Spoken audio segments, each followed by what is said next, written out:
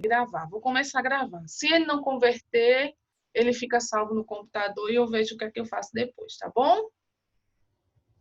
Então, deixa eu só aceitar a Pablo aqui para a gente iniciar de novo.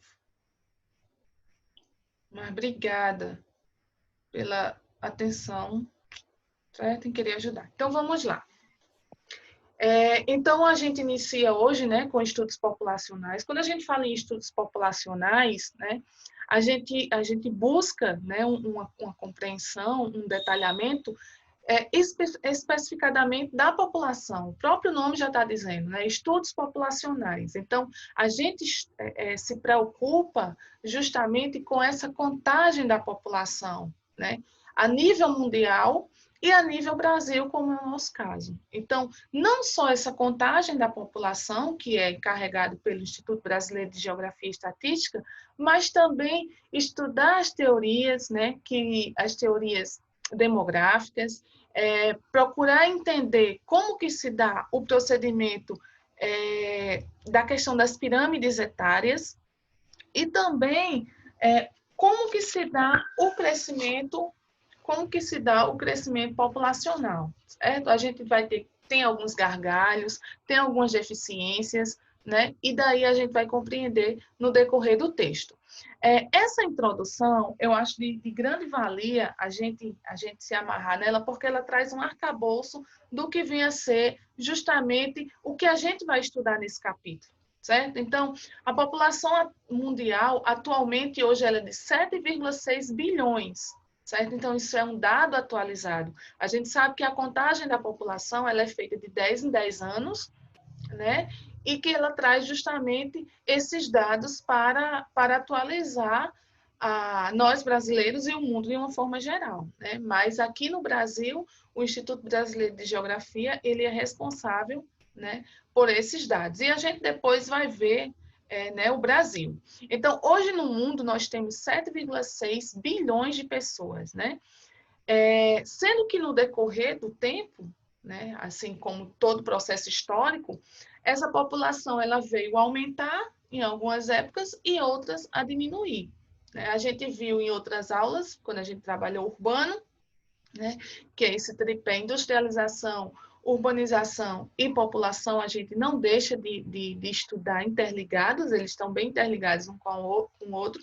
A gente vê que a população brasileira hoje ela é mais representada por mulheres, por mais que são mais homens. Né? Então, a gente tem esse crescimento, né, vegetativo bem maior da natalidade dos homens. Porém, os homens ele têm uma menor expectativa de vida decorrente da violência, né, morte prematuramente, enfim, vários outros fatores. Porém, quando a gente estuda a população mundial, ela vai variar. Em algum ano, em algum tempo da vida, alguma época do ano, do decorrer dos anos, ela pode diminuir, em outras elas podem aumentar. Mas o que a gente vê observando hoje é um aumento populacional, né? E a gente vai ver como que os países eles estão, né? Os países desenvolvidos, eles estão crescendo, certo? Então, a gente vê os fluxos migratórios, também a gente vai estudar essa questão de migração e emigração, né? A questão, a busca, né? A saída, né?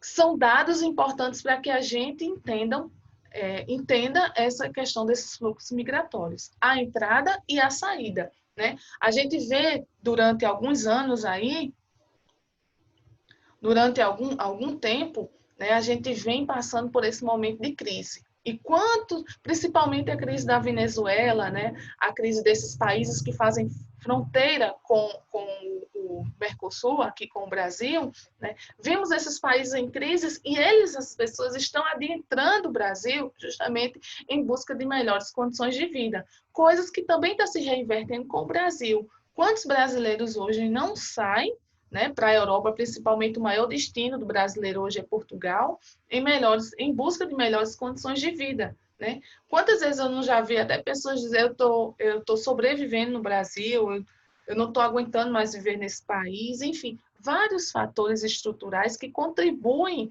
né, para que essas pessoas busquem sair do Brasil, né? A crise institucional que a gente está vivendo, a crise econômica que vem desde 2008, né? A nossa crise econômica ela vem se aperfeiçoando desde governos neoliberais até governos populistas, ela vem com o tempo, ela vem se arrastando, né? E hoje com essa pandemia que a gente está vivendo. Então, esses fluxos migratórios, essa questão da migração e a imigração, é importantíssimo que a gente entenda para saber como que se dá essa dinâmica populacional, certo? Essa entrada de pessoas e essa saída de pessoas. Então, quando a gente estuda fluxos migratórios, é estudar o processo de imigração e o processo de emigração.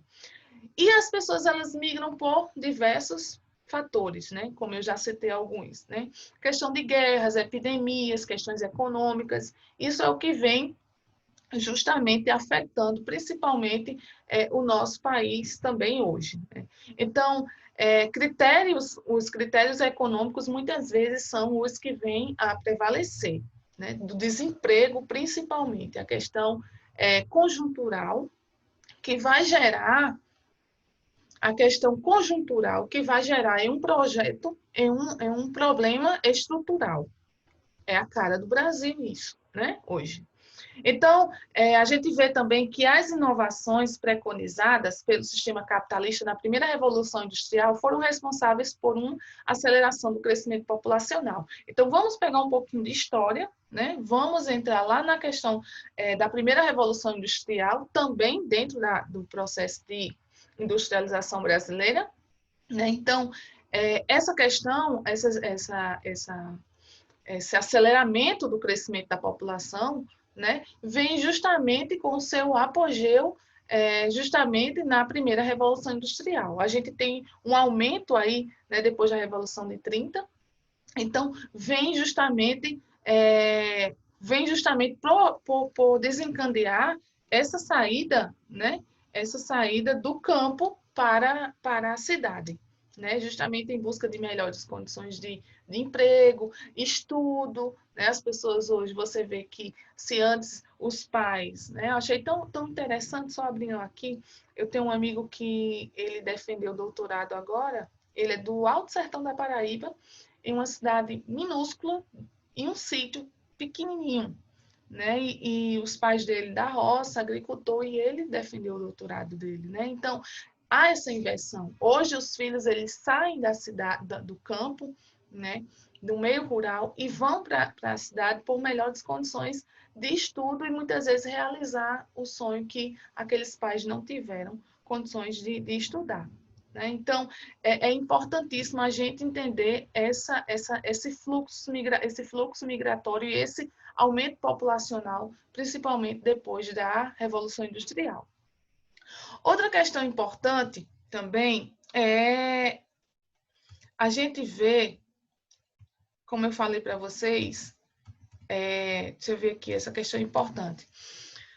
A presença de uma participação, né, da mulher. Quando a gente estuda os movimentos sociais, quando a gente estuda os movimentos sociais, desde aqueles movimentos da cidade, do campo, né? Os movimentos sociais ligados às minorias, como os quilombolas, os indígenas, né? A gente vê uma participação da mulher. Então, hoje, essa questão da mulher dentro do estudo populacional ela é muito importante. Por quê? Porque a gente estuda a questão do crescimento vegetativo, nós estudamos a questão do processo de natalidade, e a gente vê que a expectativa hoje de uma mulher para ter um filho, ela tem um livre-arbítrio. Né? Então, ela tem filho se ela quiser, justamente por conta dos métodos anticonceptivos, né? Os anticoncepcionais, enfim, várias outras ferramentas que vai se ter com relação a esse meio. Então, o crescimento da natalidade hoje, né, em alguns países, eles têm diminuído justamente por conta dessa participação da mulher, tanto no mercado de trabalho, que antes isso era a função do homem, hoje já se inverte, né? Quantas mulheres saem para trabalhar e os homens ficam tomando conta da casa, e também por conta desses meios anticonceptivos, né? E daí a gente vê um grande fator importante, né, dentro do estudo populacional, que é justamente a Revolução Verde, certo? Então, a Revolução Verde é uma questão importante para que a gente entenda também essa questão populacional. O que se diz, né, essa Revolução Verde é justamente o desenvolvimento de um processo de mecanização na agricultura, né, principalmente vem verificando-se após a Segunda Guerra Mundial. Então, é importante que vocês entendam esse significado dessa Revolução Verde, que é justamente esse desenvolvimento do processo, né, de um processo de mecanização na agricultura. A agricultura ela passou a ser mecanizada e, com isso, né, surgiram-se algumas teorias, né, aquelas teorias que já são de praxe, a gente entender que desde o primeiro ano, né, a gente vem estudando, primeiro ou no segundo ano, se eu não me engano. Então, a teoria malthusiana, a teoria neomalthusiana, a teoria reformista, a teoria, deixa eu ver qual é a mais... A econeomalthusiana, né? Então, essas três, junto com a reformista, elas são de fundamental importância para que a gente entenda. E quando a gente fala de Revolução Verde, a gente tem que associar a teoria de Malthus, né? Porque a teoria de Malthus, a teoria neomalthusiana, era justamente, ele se preocupava com o aumento da população, com o contingente populacional. E para Malthus, o que era que ia acontecer? Ia faltar alimentos para aquela grande quantidade de pessoas que estavam crescendo no mundo, né? Então, para ele, tinha que dar um basta, justamente porque não ia se ter alimentos para abastecer, né, esse grande contingente populacional. E daí, o que é que surge? Surgem outras teorias que vão contradizer isso, que vão criticar Malthus, né? Então, a gente vai ver lá na frente para não confundir com o que a gente está vendo agora, né? Se a gente trouxer um exemplo ao Brasil, a gente vê que o Brasil, né, hoje é um dos grandes exportadores de carne bovina, porém um dos países mais famintos, né? Quantas pessoas não morrem de fome? Josué de Castro trata muito bem isso no livro Geografia da Fome, né? Então, esse livro de Geografia da Fome, de Josué, é um best-seller, assim, é um clássico para a gente entender essa questão da desigualdade social no Brasil, certo? Então, essa questão da teoria de Malthus faz referência também a esse entendimento da população. Então, a gente vê Revolução Verde, né, com esse aperfeiçoamento, essa mecanização do campo, e essa questão associada às teorias demográficas, tá bom? E daí a gente prossegue para, aqui no livro de vocês, vejam que nós temos uma pirâmide, nós temos um gráfico, né? E esse gráfico, ele mostra justamente esse aumento da população mundial. Ele faz um subentendido, né, até 2050, como que essa população pode crescer. Isso aí são dados de estimativas, né, nada até concreto, a gente tem de certeza até 2010, né, que foi o último censo, vai ser agora 2027 bilhões, né, justamente que é o que a literatura diz, 7,6 bilhões de pessoas, e para 2020, uma estimativa de 9 bilhões de pessoas no mundo, né? Então, a gente sai de 50, né? A gente sai da Revolução Industrial, de 30, passa 50 a 3 bilhões de habitantes, de pessoas, a contagem da população, a uma expectativa de 9 bilhões de pessoas no mundo, tá bom? E daí, a gente vê que embora tenha ocorrido o fenômeno de explosão demográfica na década de 50, veja que isso é muito importante. Se puderem sublinhar aí, devido às melhoras das condições médico-sanitárias, atualmente o ritmo de crescimento da população mundial está diminuindo.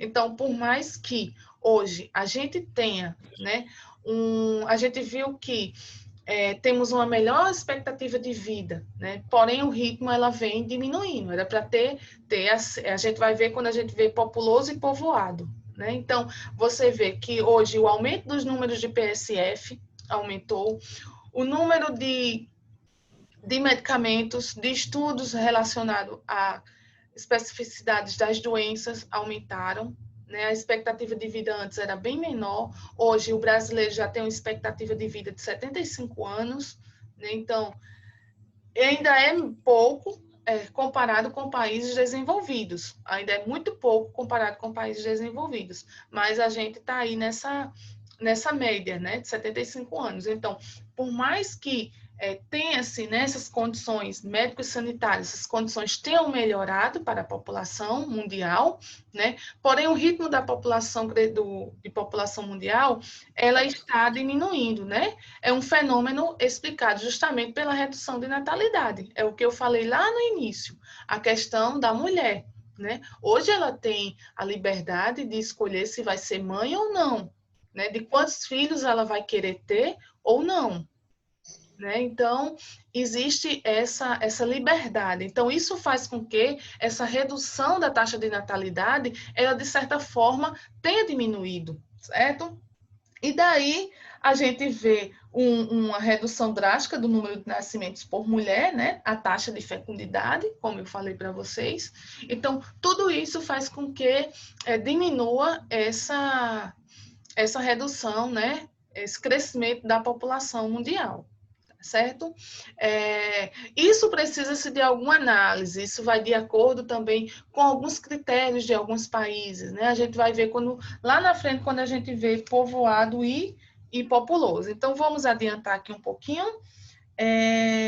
Então, a gente vê que essa situação gera um envelhecimento da composição da população e, ao mesmo tempo, a diminuição da população economicamente ativa. A população economicamente ativa, a gente sabe que a população brasileira ela é dividida em PEA e PEI, inativa, né? A população economicamente ativa e a população economicamente inativa. Então, essa população economicamente ativa, ela está trabalhando para que aquela população economicamente inativa, ela usufrua de suas aposentadorias, né? Isso é o que vem acontecendo justamente com o nosso sistema previdenciário, né? Então, isso é uma questão, já é uma outra discussão social muito importante dentro do país, né? Cada país tem a sua estrutura, a sua previdência social, tem alguns países que é privado, né? A gente ainda tem essa vantagem de ser estatal, né? De ser governamental. Então, o que acontece? Essa população, ela está envelhecendo, né? Porém, o crescimento de natalidade está havendo uma redução. Então, a gente vê que a população economicamente ativa, ela tem que se manter, né, no mercado de trabalho para dar subsídio a essa inativa. E por isso que surge justamente as crises econômicas, né? O INSS passou por um processo, né? Vocês acompanharam as discussões aí, né, nas redes sociais, Senado, Câmara, justamente por isso. Né? A expectativa do brasileiro aumentou, mas, porém, nós temos um grande número de desempregados, temos um grande número de pessoas vivendo no subemprego. Né? Justamente a nova fase, né, da quarta fase do processo de industrialização, é a fase desse profissional multifuncional, é a fase do profissional terceirizado, é a fase do profissional que não tem direitos. Muitas vezes ele passa 10, 20, 30 anos trabalhando em uma instituição, em uma firma, e quando ele sai sem nenhum direito, né? Então, essa cara, principalmente dos países em desenvolvimento, dos países subdesenvolvidos, a exemplo do nosso país. Né? Essa quarta fase da Revolução Industrial deixa bem claro, né, essa crise que a população ela vem justamente passando em consequência desse problema, dessa crise, desse problema estrutural que é o desemprego, certo? Então, essa questão, quando se fala da população economicamente ativa, o que leva muitos países, especificadamente os europeus, a criarem políticas de estímulo ao aumento da taxa de natalidade, que no momento ainda continua baixa. Então, isso vai muito característica de países desenvolvidos, né? Vejam que a literatura diz que esses países eles estão estimulando essa população justamente a ter filho. Por quê? Porque vai aumentar o contingente da sua população economicamente ativa. Então, quanto mais jovens a base, né, a base da pirâmide tiver, mais eu vou ter um país que ele vai estar produzindo, porque ele vai ter jovens, vai ter que ter emprego para esse povo. Né? Ou então o país vai entrar em recessão, como Portugal, passou vários países, o Brasil, né? O que a gente está vivendo esse cenário, junto com essa pandemia que a gente está vivendo agora, certo? Então, a situação é preocupante. E daí, a gente vê... Só um minutinho aqui. A gente vai ver a questão, né, do continente africano, que é o exemplo que mostra-se justamente a Organização das Nações Unidas. Em 2025, a população mundial deve chegar a 8 bilhões, isso a gente viu bem claro naquele gráfico que mostra justamente essa necessidade, né, essa estimativa.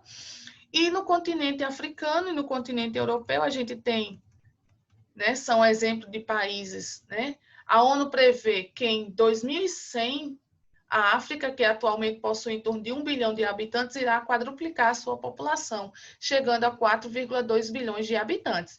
E lembrando-se bem que a África, né, o continente africano, tem alguns países que eles controlam, né, e não sei como é que está atualmente hoje, de acordo com os direitos humanos, mas existem alguns países do continente africano que a mulher tirar do seu clítoris, que é para ela não ter filhos, né? Ela não sentir prazer e não assim procriar. Isso é uma técnica da questão da redução da natalidade, né, no continente africano. Inclusive, as questões sanitárias são discutidas aí, porque muitas vezes são feitas de forma clandestina, né? Não tem as grandes não tem os grandes cuidados com a higiene, então muitos chegam até a ficar doente, né? Então, é uma técnica, infelizmente, que acontece em países do continente africano, né? Essa questão. Então, esses países mantêm um crescimento vegetativo,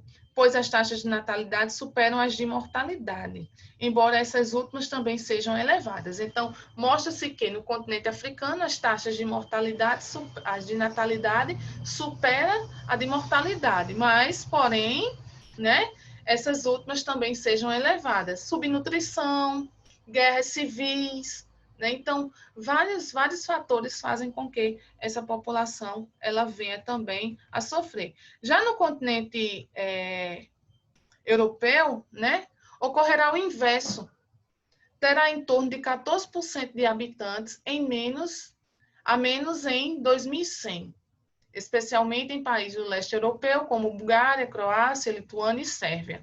Então, países espalhados em outros continentes também terão menor população que a atual, como a Indonésia e a África do Sul. Então, isso são todas políticas, né, que são voltadas justamente para essa redução da natalidade.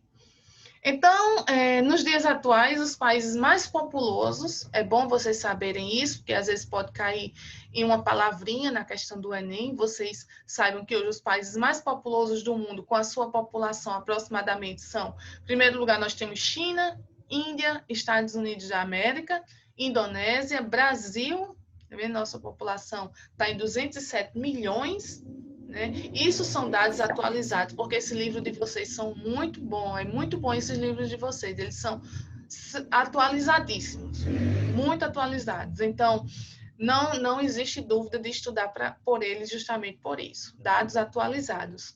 Daí depois do Brasil vem Paquistão, Nigéria, Bangladesh, Rússia e Japão.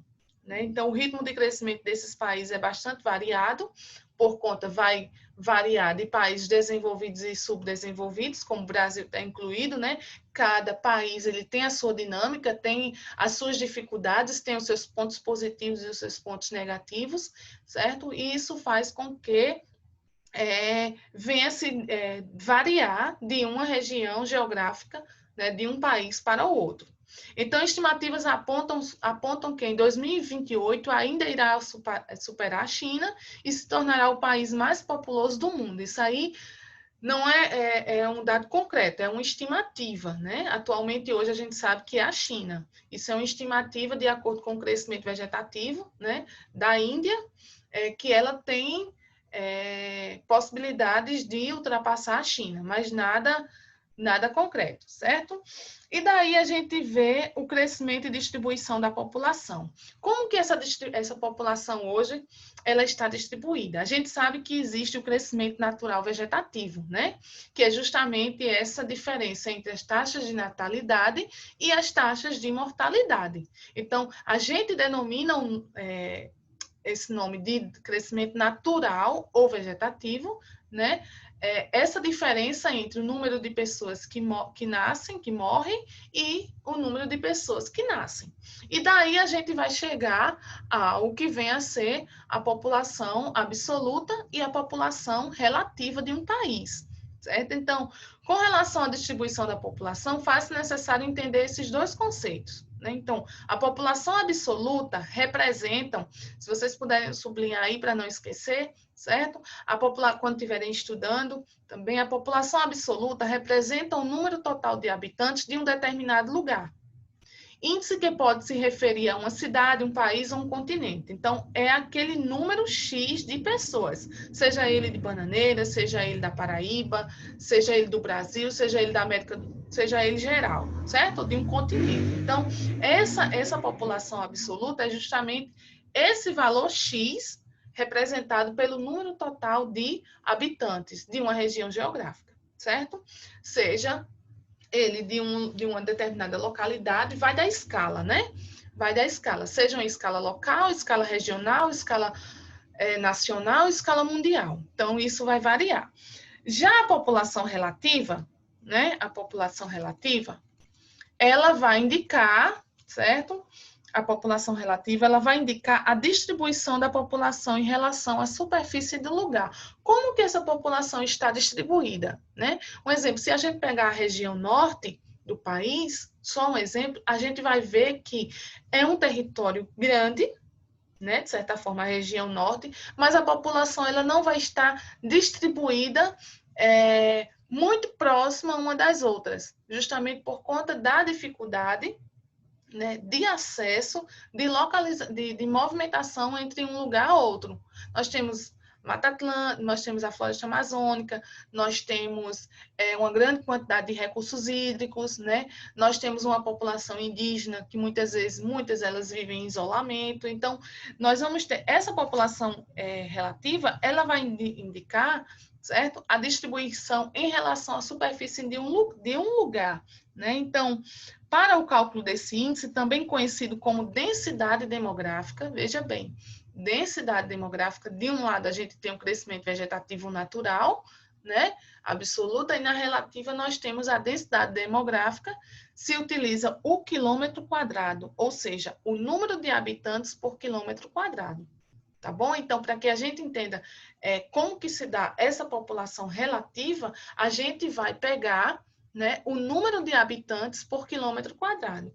Digamos que em cada quilômetro quadrado, dependendo da região geográfica, né, vai ter 50 habitantes, outros vai ter 100, né? Veja a diferença, se a gente pegar uma região bem populosa, né, como é a região sudeste do país, né? O contingente populacional. Nós temos um processo de industrialização, de comércio muito forte nessa região, né? Na região do São Paulo, Rio de Janeiro. Então, veja a diferença se a gente pegar o número de habitantes por quilômetro quadrado lá e fizer essa correlação com relação à região norte. A gente vai ver que a do norte vai ser bem menor por quilômetro quadrado, né? Diferente da sudeste, a gente tem todo um diagnóstico, tem toda uma dinâmica. A gente vê que a região sudeste foi uma das mais povoadas logo no início, teve um processo de industrialização, as grandes indústrias se instalaram lá, e depois esse processo de regionalização é que foi adentrando o país, né? A região norte, ela vem bem depois, só com o polo industrial, né, de Manaus, né, a Zona Franca de Manaus. Então, a gente pode ver que existe uma diferença grande de região para região, né? E daí, o livro mostra justamente para a gente entender como que se dá esses cálculos, né, esses cálculos populacionais. Então, precisa-se de uma ferramenta importantíssima, que vocês já sabem desde o início, quando eu falei, né? O recenseamento. Sem essas pessoas que trabalham no recenseamento, essas pessoas são de fundamental importância, porque é através do recenseamento que a gente vai ver quantas pessoas nasceram, quantas pessoas morreram, quantas pessoas estão empregadas, quantas pessoas estão no subemprego, como que estão as condições de saúde, né? Então, o governo usa dessa ferramenta, desse recenseamento, que é para melhor atender e ver qual a categoria que ele está em falha e que possa melhorar, né? Assistência social, educação, saúde, lazer, né? Muitas vezes, quando, não sei se vocês já presenciaram, um recenseador do IBGE, quando vai na sua casa, ele faz inúmeros questionamentos, até quando você tem televisão, você tem acesso à internet, né? É a renda básica, né? Se é de 1 salário, 2 salários. Então, eles se baseiam justamente tudo nisso, que é para dar no final o diagnóstico de uma região. E a gente vê que o país, por ser esse país de grandes dimensões continentais, nós vamos ter inúmeras diferenças, né, de realidades sociais. Inúmeras diferenças, por mais que a gente tente entender esse processo de regionalização, que está existindo como é que eu posso dizer, um certo melhoramento, né, em outras regiões geográficas, mas a região sudeste ela ainda lidera por conta dessa dinâmica, tá bom? Então, pessoal, na próxima aula a gente conclui 1 minutinho, né, tá acabando, estudem esse conteúdo, na próxima aula, se tiverem alguma dúvida, tá bom? A gente vai concluir na próxima aula, que é um assunto grande, certo? Ainda tem as teorias, ainda temos as pirâmides, certo? Sei que vocês estão craque nisso, mas é importante a gente entender. E o processo de repulsão, né, que é o processo de migração e emigração, a gente vai ver com maior intensidade, tá bom? Se puderem já ir, não vou liberar a atividade agora, porque preciso terminar o assunto, mas se vocês quiserem já ir trabalhando a do livro, fiquem à vontade, tá certo? Quanto mais desenvolver questão de múltipla escolha, melhor, tá bom? Um cheiro, fiquem com Deus e até a próxima. 1 minutinho. E acabou a aula.